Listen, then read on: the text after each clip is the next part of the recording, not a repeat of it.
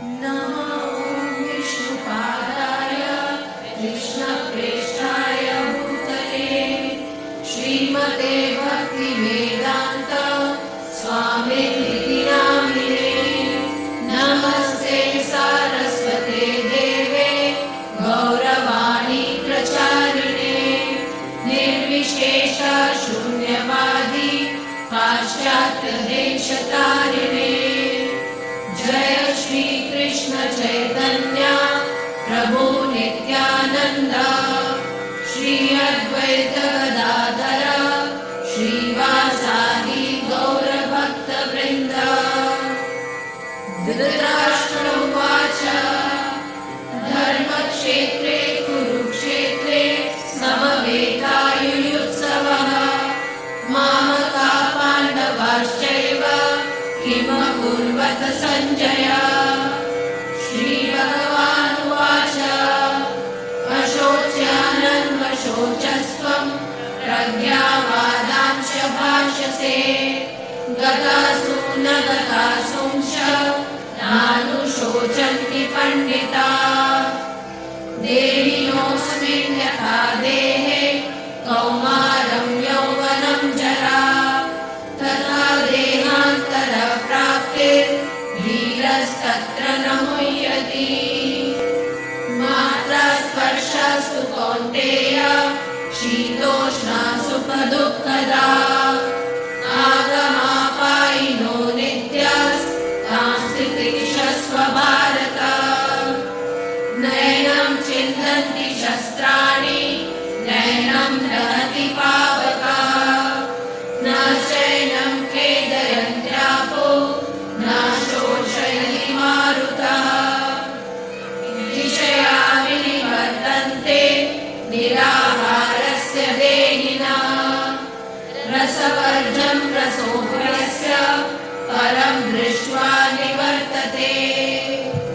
ध्यायतो विषयान् पुंसः सङ्गस्तेषु प्रजायते सङ्गात् सञ्जायते कामः कामात् क्रोधोऽभिजायते क्रोधात् भवति सम्मोहः सम्मोहात् स्मृतिविभ्रमः स्मृतिभ्रंशात् बुद्धिनाशो बुद्धिनाशात् प्रणश्यति। रागद्वेषविमुक्तैस्तु विषयानिन्द्रियैश्चरन् आत्मवश्ये विधेयात्मा प्रसादम् अधिगच्छति। या निशा सर्वभूतानां तस्यां जागृति संयमी यस्यां जागृति भूतानि सा निशा पश्यतो मुनेः। अन्नाद् भवन्ति भूतानि पर्जन्यादन्नसम्भवः यज्ञाद् भवति पर्जन्यो यज्ञकर्म समुद्भवः। यद्यदाचरति श्रेष्ठस्तत्तदेवेतरो जनाः स यत्प्रमाणं कुरुते लोकस्तदनुवर्तते। प्रकृते क्रियमाणानि गुणैः कर्माणि सर्वशः अहङ्कार विमूढात्मा कर्ताहमिति मन्यते। श्रीभगवानुवाच काम एष क्रोध एष रजो गुणसमुद्भवः महाशनो महापाप्मा विद्धेनं इह वैरिणम्। श्रीभगवानुवाच इमं विवस्वते योगं प्रोक्तवानहमव्ययम् विवस्वान्मनवे प्राह मनुरिक्ष्वा कवे ब्रवीत्। एवं परम्परा प्राप्तम् इमं राजर्षयो विदुः सकालेन ममता योगो नष्टः परन्तप।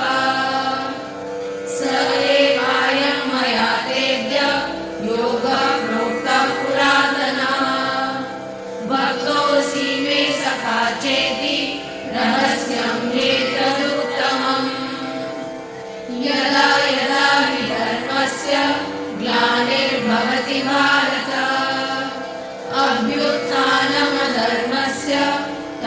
आत्मानं सृजाम्यहम् परित्राणाय साधूनां विनाशाय च दुष्कृताम् धर्मसंस्थापनार्थाय सम्भवामि युगे युगे जन्म कर्म च मे दिव्यम् एवं यो वेत्ति तत्त्वतः त्यक्त्वा देहं पुनर्जन्म नैति मामेति सोऽर्जुन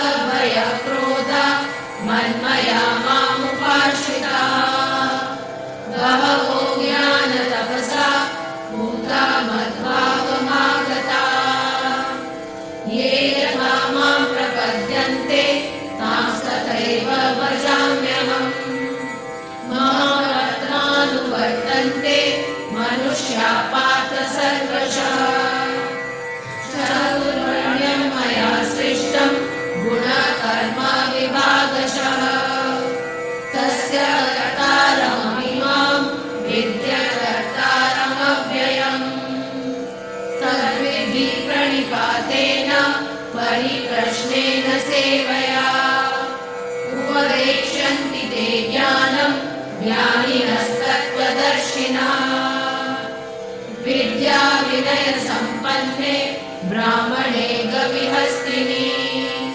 शुनि चैव स्वपाके च पंडिता समदर्शिनः योगिनामपि सर्वेषां मद्गतेनान्तरात्मना श्रद्धावान् भजते यो मां सर्वे युक्ततमो मतः मनुष्याणां सहस्रेषु कश्चिद् यतति सिद्धये यततामपि सिद्धानां कश्चिन् मां वेत्ति तत्त्वतः चतुर्विधा भजन्ते मां जनाः सुकृतिनो अर्जुन आर्तो जिज्ञासुरर्थार्थी ज्ञानी च भरतर्षभ बहूनां जन्मनामन्ते ज्ञानवान् मां प्रपद्यते वासुदेव सर्वमिति स महात्मा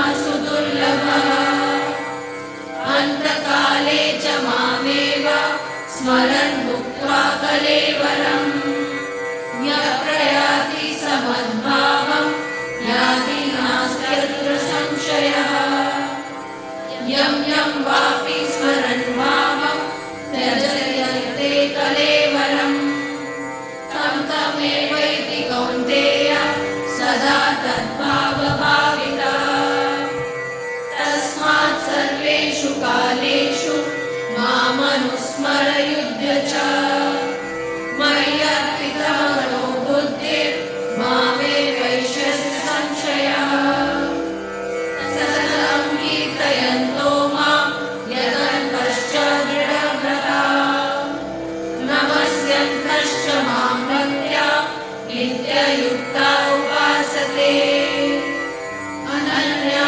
चिन्तयन्तो मां ये जनाः पर्युपासते तेषां नित्याभियुक्तानां योगक्षेमं वहाम्यहम् पत्रं पुष्पं फलं तोयं यो मे भक्त्या प्रयच्छति तदहं भक्त्युपहृतम् अश्नामि प्रयतात्मना यत्करोषि यदश्नासि यज्जुहोषि ददासि यत्तपस्यसि कौन्तेय तत्कुरुष्व मदर्पणम् अहं सर्वस्य प्रभो मत्तः सर्वं प्रवर्तते इति मत्वा भजन्ते मां बुधा भावसमन्विताः तेषां सततयुक्तानां भजतां प्रीतिपूर्वकम्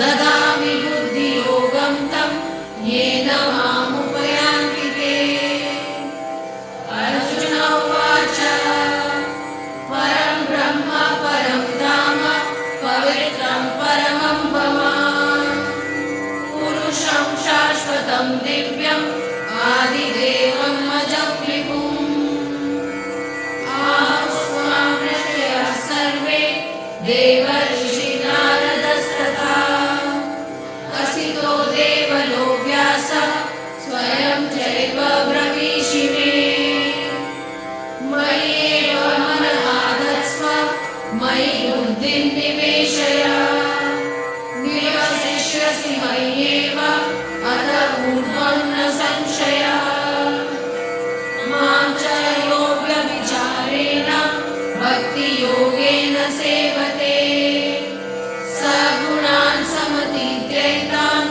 ब्रह्मभूयाय कल्पते ममैवांशो जीवलोके जीवभूतः सनातनः मनश्चेष्टानीन्द्रियाणि प्रकृतिस्थानि कर्षति ब्रह्मभूतः प्रसन्नात्मा न शोचति न काङ्क्षति समः सर्वेषु भूतेषु मद्भक्तिं लभते पराम् भक्त्या मामभिजानाति यावान् यश्चास्ति तत्त्वतः ततो मां तत्त्वतो ज्ञात्वा विशते तदनन्तरम् ईश्वरः सर्वभूतानां हृद्देशेऽर्जुन तिष्ठति भ्रामयन् सर्वभूतानि यन्त्रारूढानि मायया